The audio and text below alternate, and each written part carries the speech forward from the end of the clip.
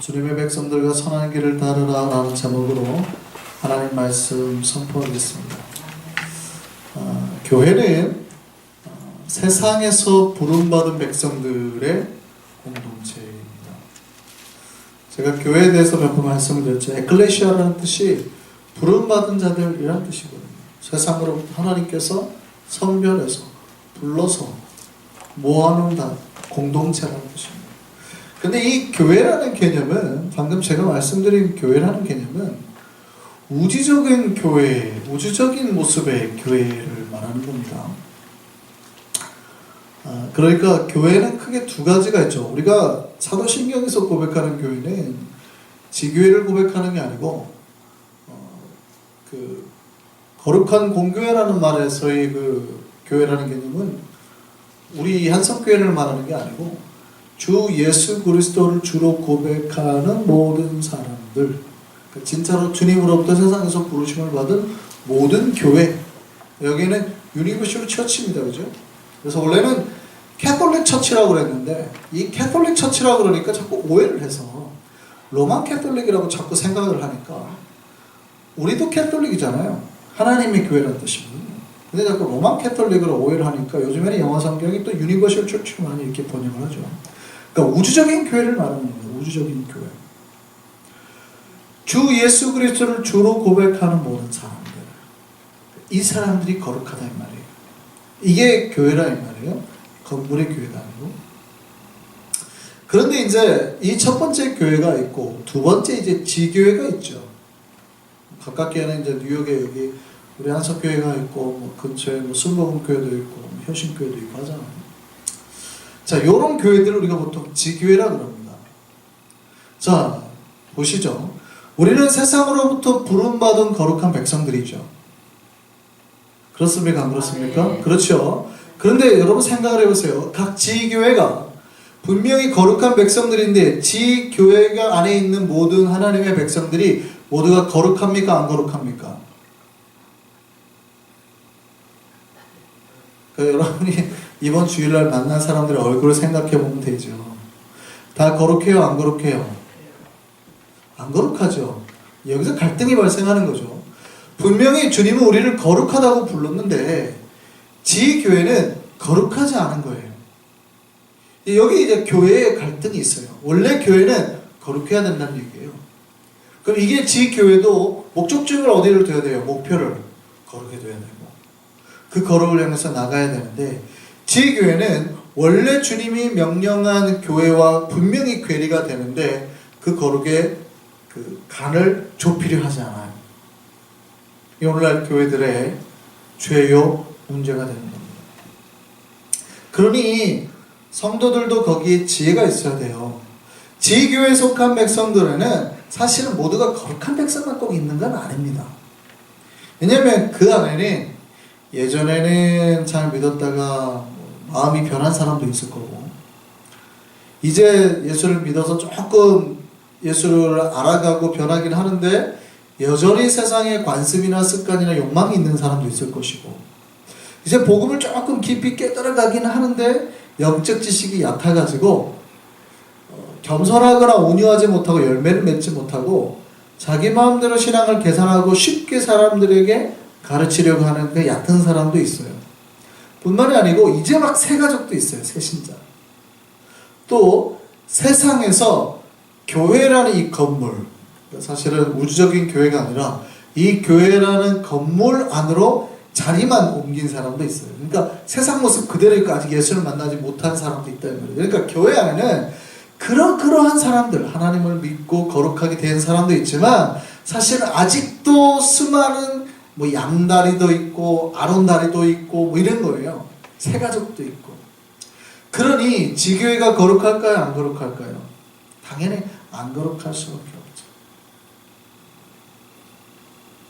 그래서 사실은 교회 안에는 빈번한 수많은 사건 사고가 일어나는 거예요. 아직 온전히 거룩하게 변화되지 않은 사람들이 교회 안에 있다 이 말이죠. 또 기쁜 신앙의 세계를 경험한 사람이라도 유혹과 실수로 넘어질 수도 있어요. 왜냐하면 우리는 아직 완전한 천국에 들어가지 않았거든요. 그래 여전히 우리는 약한 존재들이에요. 그럴 수밖에 없다는 거예요. 자, 그렇다면 우리는 분명히 스스로에게는 그렇게 교리상 공부를 많이 해가지고 우리는 거룩한 백성 하지만 실제 우리가 속해 있는 교회는 그렇지 못해요. 그럼 우리가 그 안에서의 우리의 거룩을 어떻게 지켜나갈까요? 그러니까 거룩하지 못한 이 실제 지교회 안에서 우리는 어떻게 해야 그러면 거룩한 자로 살아갈 수 있을까요? 근데 기독교 철학을 이끈 철학자 중에 한 명이 키르케고르라는 사람이 있습니다. 굉장히 좋아하는 분인데요. 이분이 이런 말을 했죠. 인간은 불안 속에서 살아간다는 거예요. 불안한 존재라는 거예요. 그러니까 인간이 불안이라는 두려움을 공포를 느끼는 거죠. 잠자고 일어나서 왠지 모르게 두려워요. 뭐 먹고 살지? 뭐 불안한 거죠, 삶이. 이게 기본적인 인간의 본성에서 나온 불안감, 욕구라는 거예요. 그러니까 이 불안감을 없애기 위해서 인간이 무슨 행동을 하냐면 무언가를 충만하게 채우려는 욕구를 버린다는 거예요.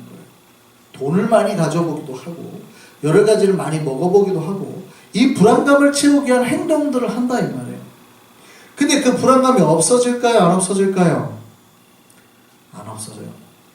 이 불안감을 없애는 방법은 영원하신 하나님 앞에 서는 방법밖에 없다는 거죠. 그래서 키에르케고르가 그런 말을 합니다. 우리는 모두가 신 앞에 선 단독자. 하나님 앞에, 신 앞에 선 단독자. 주님과 독대한 자라는 얘기예요. 그렇게 서야만 이 불안감이 없어진다는 뜻입니다. 주님을 개인적으로 만나야 된다는 얘기죠. 이 키에르케고르가 또 죽음에 이르는 병이라는 책을 썼습니다. 저는 20대 때 키에르케고르를 참 좋아했는데요. 오늘 제가 이 죽음에 이르는 병이라는 책을 읽고 있는데 이거를 이제 읽다가 제 책상에 뒀어요. 그리고 이제 밖에 나갔다 왔는데 책이 사라진 거죠. 전에 말씀드린 적이 있는데 책이 사라진 거예요. 도대체 이 책이 어디 갔냐고 한참을 물었더니 저희 아버님이 쭈뼛대면서 그런 책을 읽냐고 내가 버려버렸다고. 책을 버려버리신 거예요. 제목이 죽음에 이르는 병이니까 이놈이 혹시 또 요즘에 막 20대라 자살하려고 그러나 죽음에 이르는 병이라 책을 버려버렸어요. 저희 아버님이. 그 책이 사실은 키에르케고르가 말하는 죽음에 이르는 병이라는 것은 뭐를 말하는 거냐면 절망을 말하는 겁니다. 절망. 그 절망이 뭐냐는 거는 사실은 인간이 자기 스스로 행복의 길을 찾으려 하면 할수록 자기 스스로 뭔가를 채우려고 할수록 불안감에 쌓여서 자기가 뭔가를 더 많이 가지려고만 하면 할수록 발생하는 게 절망입니다. 이 절망이 스스로를 죽음에 이르게 한다 이 말이에요. 키에르케고르가 본 가장 심각한 절망은 자기가 절망에 빠진지도 모르고 열심히 살아가는 사람들. 이게 병이 가장 심각한 병이라고 했어요. 이건 가장 깊은 병 증세 중에 가장 깊다. 그러니까 자기가 지금 그 죽음에 이르는지도 몰라요. 절망 속에 빠져 있는지도 모르고 더 많이 가지려고만 하는 사람. 그러니까 인간이 하나님을 모르고 자기의 미래를 개척하려고 하는 모든 게 절망이라 이 말이에요. 인간이 하나님 없이 자기가 뭘 할 수 있다고 생각하는 자체가 절망이라 이 말이에요. 이게 죽음에 이르는 병이에요. 인간이 하나님을 보지 못하고 자기 힘으로 뭔가 열심히 해가지고 열심히를 하죠. 열심히. 그래가지고 불안을 없애려고 뭔가를 체험으로 불안을 없애려고 하는 모든 행동은 절망을 가져온다는 거예요. 근데 이 절망에서 이 죽음에 이르는 병에서 벗어나는 방법이 바로 신을 만나는 개인적인 체험 가운데 하나님 앞에 신 앞에 단독으로 독대하고 세워지는 거예요. 여기서 기독교 신앙이 세워지는 거예요. 11세기 18세기에는 자유주의 신학이 서구를 덮어버렸습니다. 근데 20세기 들어와가지고 다시 정통주의 신학이 돌아오기 시작했죠. 정통주의 신학으로 돌아오기 위해서 이 정통주의 신학 철학의 첫 방점을 찍은 사람이 이 키에르케고르입니다. 다시 신 앞에 돌아가. 신 앞에 서라. 그래서 정통주의를 회복했다고 해서 신정통주의라고 그러고 이 키에르케고르 뒤를 따라서 이제 바르트라는 사람이 나오게 되죠. 어쨌든요. 신자는 날마다 우리의 신앙을 주님 앞에서 날마다 점검받아야 돼요. 그러니까 내 신 앞에 서서 점검받아야 돼. 내가 지금 주님이 보시기에 어떤 존재인지, 나는 지금 주님이 쓰시기에 합당한 그릇인지, 합당한 주님의 도구인지 살펴봐야 된다. 오늘 본문에 큰 집이 있대요. 큰 집에 금그릇도 있고 은그릇도 있고 나무그릇도 있고 질그릇도 있어요. 그런데 어떤 것이 귀하게 쓰임을 받을까요? 우리가 보기에는 금그릇이라고 생각하는 거예요. 귀하니까. 그러나 오늘 본문은 아니라는 거예요. 아니라는 거. 깨끗한 그릇이 쓰임을 받는다는 거예요. 금그릇도 좋죠. 이왕이면 금그릇이 좋아요. 그렇죠. 손님 접대할 때 이왕이면 금그릇이 좋겠지만 금그릇에 페인트가 묻어 있어가지고 이 빨간색 페인트가 안 벗겨지는 거예요. 아이 강아지가 이제 저기다가 개똥을 싸놔버렸어요. 지금 쓸 수 있어요? 없어요? 못 써요. 그러면 뭐를 쓰는 거예요? 깨끗한 그릇을 써요. 사실은 주인은 금그릇만 쓰는 게 아니라 평상시에는 나무 그릇이나 질그릇도 더 많이 쓰는 거예요. 근데 어떤 그릇을 쓴다는 거예요? 깨끗한 그릇. 준비된 그릇. 주님이 쓸 때 언제라도 사용할 수 있도록 날마다 자신을 깨끗하게 살핀 사람. 이 그릇은 그 용도대로 합당하게 매번 쓰임을 받게 되는 거예요. 신자들이 교회 안에서, 그러니까 이 교회라는 것은 지교회를 말하는 거죠. 이 지교 안에서 사실은 우리의 신앙을 지켜내야 돼요. 왜 그러냐면 세계적들이 계속 들어오잖아요. 또 변심한 사람도 생길 거 아니에요. 여전히 세상의 그 욕망 따라 이렇게 한쪽 발은 여기에 한쪽 발은 교회에 한쪽 발은 세상에 이러고 살아가는 사람 많잖아요. 여러분 마음을 흐트러뜨리면 그들이 하는 말에 유혹에 금방 넘어가요. 그러니까 그 안에서 어떻게 해야 돼요? 날마다 자기를 신 앞에선 단독자로 주님과 독대하며 자기 스스로를 살펴나가야 된다. 오늘 본문 전체 얘기하는 바가 그거예요. 교회 안에 있다고 마음을 놓지 말고 우리 스스로 더 주님 앞에 합당한 그릇이 되기 위해서 자기를 살피고 깨끗이 해야 된다는 얘기죠. 두 번째로 말씀을 드렸죠. 교회 안에는 아직 죄에서 벗어나지 못한 분들도 있어요. 뿐만이 아니라 좀 심한 사람들도 가끔 있죠. 교회 안에 잘못된 가르침을 전하거나 교회제를 어지럽게 하는 사람도 있습니다. 얼마 전에 노예 목사님들 잠깐 그때 만났을 때 이런 얘기를 해요. 한 목사님. 목사는 축복을 하는 게 아닌데 자꾸 축복을 한다고. 요즘에 하여간 신천지도 있고 이단들이 하도 많아가지고 이 목사님들이 이 교리를 제대로 배우고 정신 차려야 될 텐데 아주 그냥 제가 아주 정말 너무 어처구니가 아주 기가 차지도 않았습니다. 목사는 축복을 안 하는 거래요. 목사가 축복 안 하면 뭐합니까? 목사는 강복을 하는 거지 축복을 안 하는 거예요. 축복은 빌축자니까 목사가 복을 빈다는 거고 목사가 왜 복을 비냐? 목사는 강복하는 거다. 자기가 복을 내린다는 거. 제가 깜짝 놀랐어요. 당신이 하나님이냐고? 목사님이 하나님이에요? 강복은 하나님이 하시는 거고 목사는 복을 비는 거죠. 옛날로부터 목사는 복을 비는 자예요. 축복하는 자. 목사가 빌면 하나님이 들으시고 저가 복받을 만하면 하나님이 내리시는 거예요. 주권은 하나님에게 있는 거예요. 근데 그분은 뭐라고 하냐면 목사는 강복하는 하나님 앞에 권위를 받아서 자기가 강복한다는 거죠. 깜짝 놀랐어요. 야, 여차 조금 나가면 이단 나오겠구나. 이거. 이상합니다. 이상해요. 아주 이상한 말을 하는 사람들이 너무 많아요. 근데 그런 말을 들어도 모르겠어요. 교인들은 그게 이상하지 않다고 할지 모르지만 거의 그거는 이단입니다. 이단. 자기 하나님이라는 얘기이기 때문에 굉장히 위험한 발언이거든요. 신학계에서는 이런 말은 하죠. 하나님이 축복한다는 말을 쓰지 말라고. 하나님은 축복하시지 않죠. 하나님은 강복하시는 거죠. 하나님이 축복하는 말을 쓰면 안 돼요.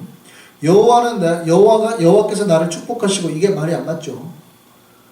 우리는 서로를 축복하죠. 우리 같이 축복합시다. 이거는 말이 되는데 하나님이 우리를 축복한다 그러면 원래는 말이 안 돼요. 왜냐하면 빌축자니까 복을 빈다는 뜻이거든요. 하나님이 누구한테 복을 빌어요? 하나님은 강복하시는 복을 내리시는 거지. 근데 이제 우리가 오랫동안 써왔어요. 그냥 축복이라는 말을 하나님 우리를 축복하옵소서, 축복하고 오란 말이 써서 그냥 우리가 관습적으로 누가 축복이라는 말을 해도 하나님이 누구한테 빈다고 생각하진 않으니까 그냥 넘어가는 거지, 성경은 정확하게 구분해서 말하거든요. 하나님 나에게 복 내려 주옵소서. 내가 축복하는 자에게 주님 복을 내려주시고, 아브라함이 명확하게 이럽니다. 내가 축복하는 자, 내가 하나님 뭐라냐, 아브라함이 너를 축복하는 자에게 내가 복을 내리고, 이렇게 말씀하십니다. 하나님이 아브라함에게 축복하는 자에 하나님 복을 내리시겠다 그래요.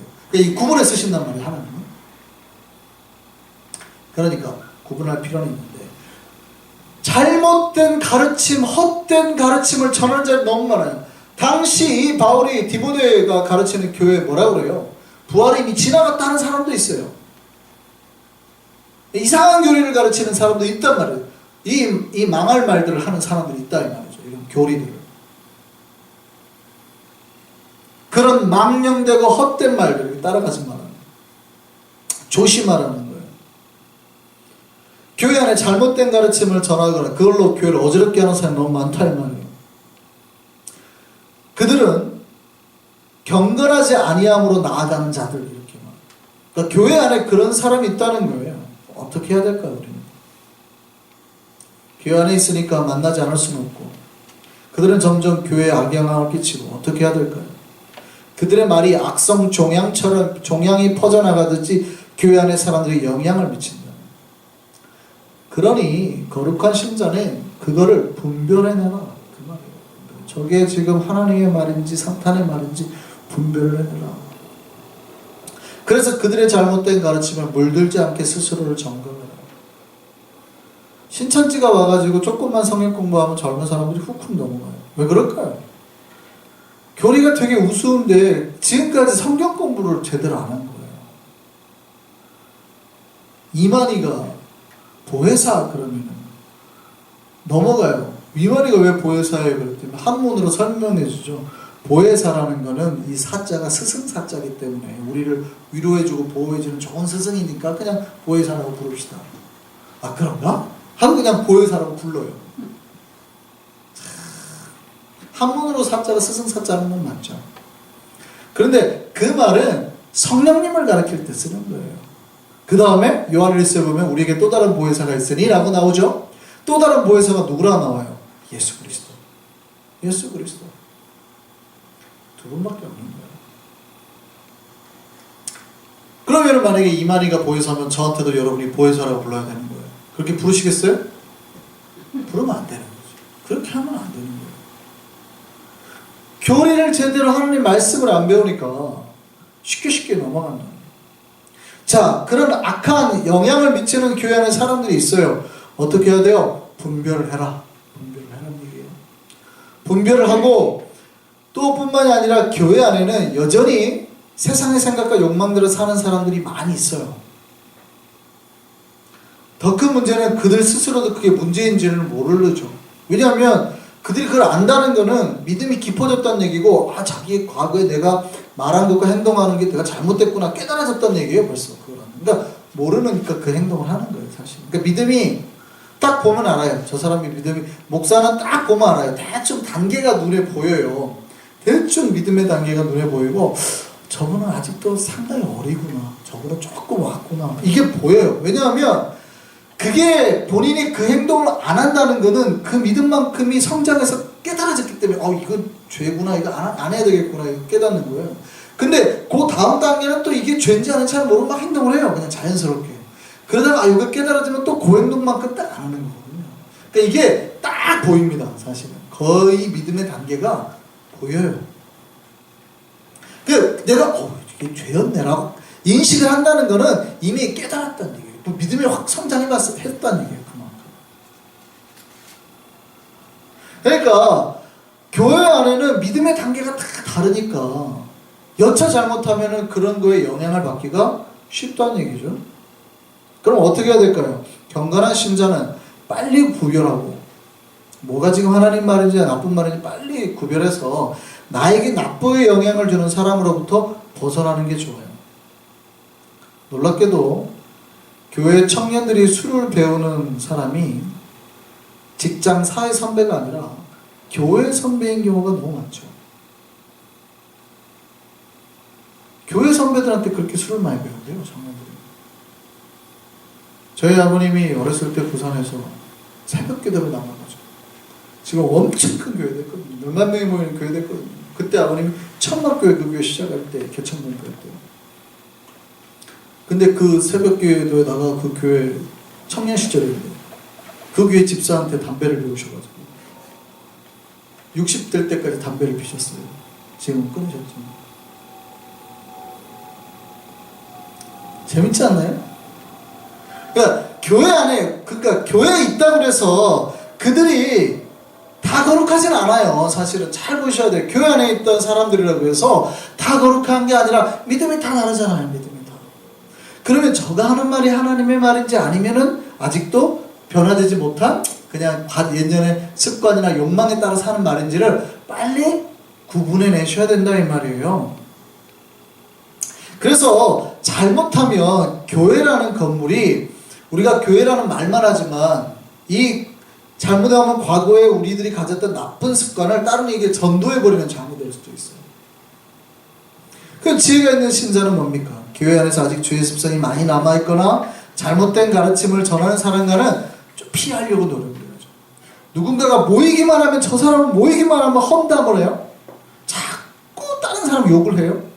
그럼 어떻게 해요? 이 사람은 믿음의 레벨이 많이 낮은 거예요. 그렇잖아요. 모이면 기도합시다. 우리가 좋은 이야기 합시다. 이래야 되는데 자꾸 그런 얘기를 하면, 기도보다는 악담하는 걸 기뻐한다 그러면 그런 모습을 보면 자기 영성을 위해서 좀 피하시는 게 좋아요. 뭐 우리 교회는 많지 않으니까 피하기가 쉽지 않지만 영상을 보시는 큰 교회 성도님들 웬만하면 피하실 수 있도록 노력하시는 게 좋아요. 그리고 어떡하래요? 오늘 본문 22절에 보니까 주를 깨끗한 마음으로 부르는 자들과 함께, 뭐라고 되어 있어요? 주를 깨끗한 마음으로 부르는 자들과 함께, 깨끗한 마음으로 주를 찾는 사람들과 함께 동무하라. 그들과 함께 해라. 믿음의 친구들을 만들어내라. 그런 사람들을, 깨끗한 마음으로 주를 부르는 사람들을 자꾸 믿음의 친구로 만들어서 그들과 함께 뭐를 추구하려고 노력해야 된대요? 교회 안에서 의와 믿음과 사랑과 화평을 따르기 위해서 노력해라. 뭐를 따르래요? 의와 정의로움과 믿음과 faithful한 것과 love, peace, 이런 것들을 추구하기 위해서 노력하라는 거예요. 교회 안에 아직 변하지 않은 사람들이 막 세상에 하는 말대로 야 뭐 이렇게 사는 다 하는 거야, 한 번씩 놀고 하는 거지, 그런 거 따르지 마. 깨끗한 마음을 가진 사람들과 함께 뭐를 따라 추구하며 살아요? 의와 믿음과 사랑과 화평, 이런 걸 따라서 살아가는 거예요. 그래서 신자들은 교회 안에서도 누구를 자꾸 찾아야 돼요? 마음이 깨끗한 사람, 주를 바르게 찾는 사람. 그래서 그들과 함께 자꾸 어디로 가려고 해야 돼요? 의롭고 믿음의 세계, 사랑의 세계, 화평의 세계로 자꾸 들어가야 돼요. 교회는 그렇게 해야 돼요. 그런 사람이 많아질 때 교회는 거룩해지는 거예요. 그런 사람들이 많을 때 교회는 거룩해져요. 그래서 교회의 대다수가 그렇게 거룩해지면 새 가족이 거기 안에 들어오잖아요. 그럼 그들은 금방 동화됩니다. 쉽게 거룩해지는 거예요. 근데 교회 수는, 사람의 수는 늘어나는데 거룩하게 변하는 자의 수가 약하잖아요. 그러면 오히려 교회는 더 빨리 떠밀려서 세상에 물들어가 버립니다. 그러니까 그런 교회는 수적으로 부흥하면 망해버리는 거죠. 재밌는 게요, 진짜로 11조 제대로 안 하는 사람이 전도를 하잖아요. 딱 전도 강의를 들어보면, 한국에서는 뭐 전도학교도 많고 하니까 딱 그런 거 들어보잖아요. 11조 안 하는 집사가 전도해 온 사람은 11조 안 합니다. 왜요? 내가 11조를 안 하니까 그 사람한테 그렇게 말해요. 아, 11조 안 해도 돼. 뭐 교회 잘 다니는 게 중요하지 무슨 11조가 중요해. 주일을 가끔 빼먹은 사람은요, 저 사람 꼭 그 사람이 전도한 사람은 같이 주일 잘 빼먹습니다. 바쁘면 뭐 결혼식 있고 하면 주일 빼먹을 수도 있지. 그렇게 전도를 해요. 근데 주일을 절대 안 빼먹는 사람은요, 꼭 새 가족한테 말할 때 주일은 빼먹는 거 아니야. 11조 오면 무조건. 그러니까 그런 사람이 전도하면 새 가족인데도 처음부터 안 돼. 11조 딱딱해요. 놀랍죠? 그러니까 누가 전도하느냐에 따라서 교회가 금방 거룩해지고 안 거룩해지게 돼요. 근데 그렇지 않고 수로만 자꾸 채우면 물론 빠져나가는 수도 많고요. 교회가 세속화돼 버려요. 거룩하게 변하는 게 아니라 세상에 밀려오는 물결이 너무 세고 이 안에서 거룩하게 변하려는 사람들의 힘이 약해지니까 교회가 금방 세속화돼 버려요. 그러니까 교회가 돈은 많아지니까 뭐해요? 건물을 자꾸 올리고 땅을 만데 그걸로 막 이거 하고 저거 하고 사고 치고 말이죠.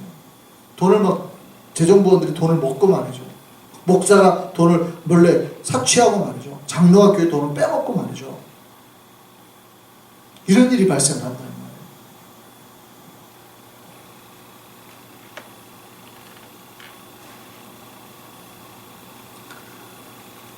우리는 누구가 자꾸 많아지도록 해야 되겠어요? 깨끗한 마음으로 주를 자꾸 바라보는 자. 우리 한성교회는 그런 교회가 되었으면 좋겠습니다. 그래서 우리 모두 함께 의와 믿음과 사랑과 화평을 향해서 그걸 추구해서 자꾸 나아가야 돼요. 근데 세 번째요.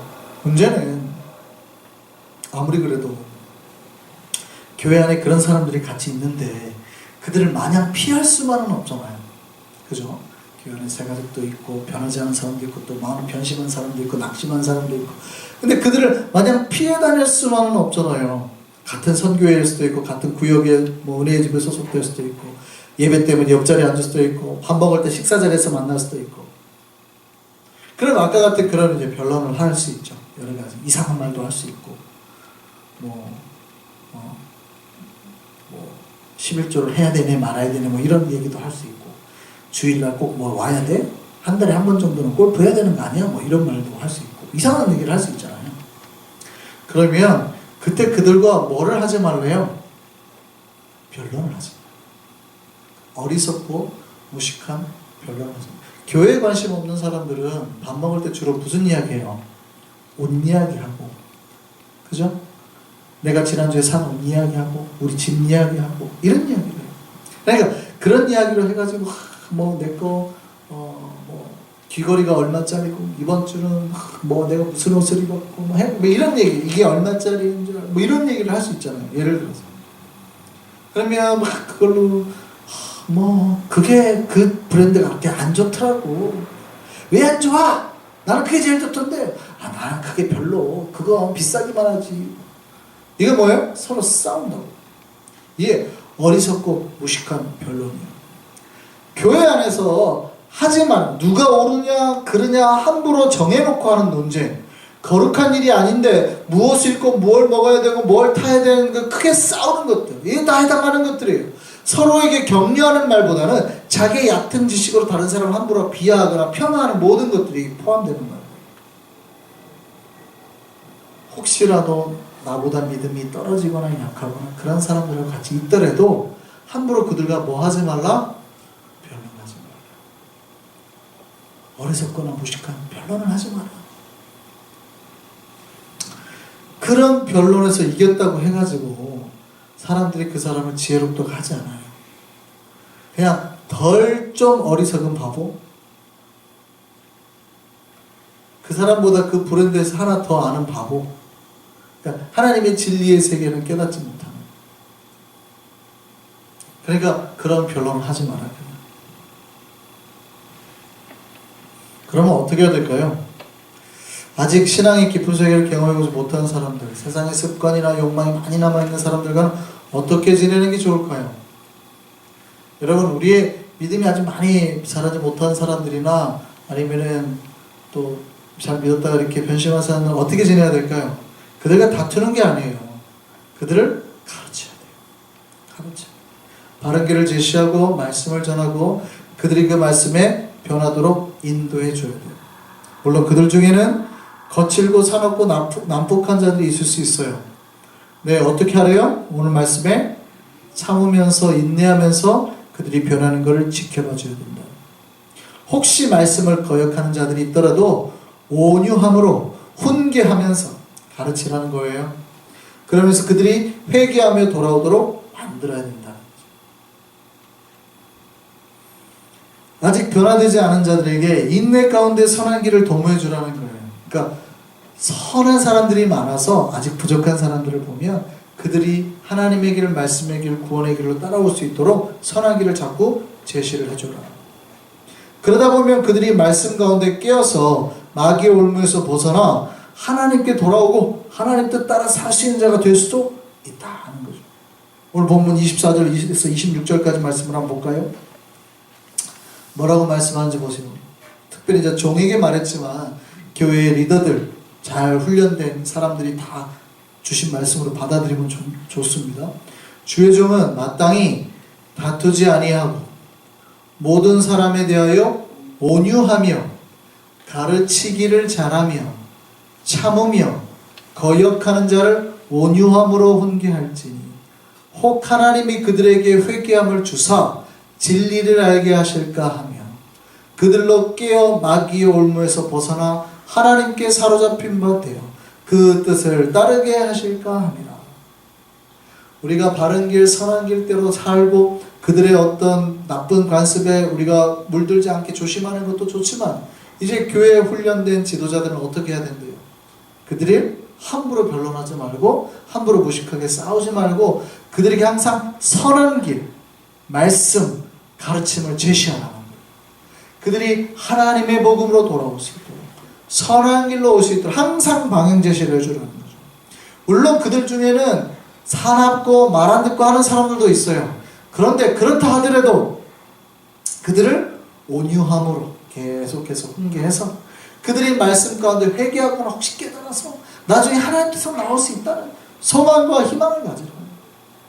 끊임없이 그들에게 말씀을 전하라는 거죠. 오랫동안입니다. 오랫동안. 교회는 그런 거예요. 저는 우리 한성교회가 그런 교회 되기를 소망합니다. 물론 우리 한성교회 교인들은 변화되고 또 준비된 깨끗한 그릇으로 주님 앞에 나아가고 있습니다. 주님께 쓰임받게 될 줄 믿습니다. 거룩하지 않은 길로는 가지 않기 위해서 경건의 길에 날마다 힘쓰는 줄 알아요.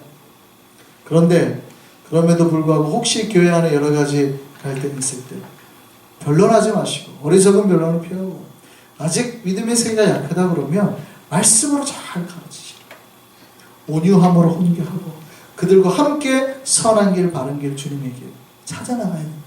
이게 건강한 공동체라 이 말이에요. 저는 우리 한성교회가 그런 공동체 되기를 소망합니다.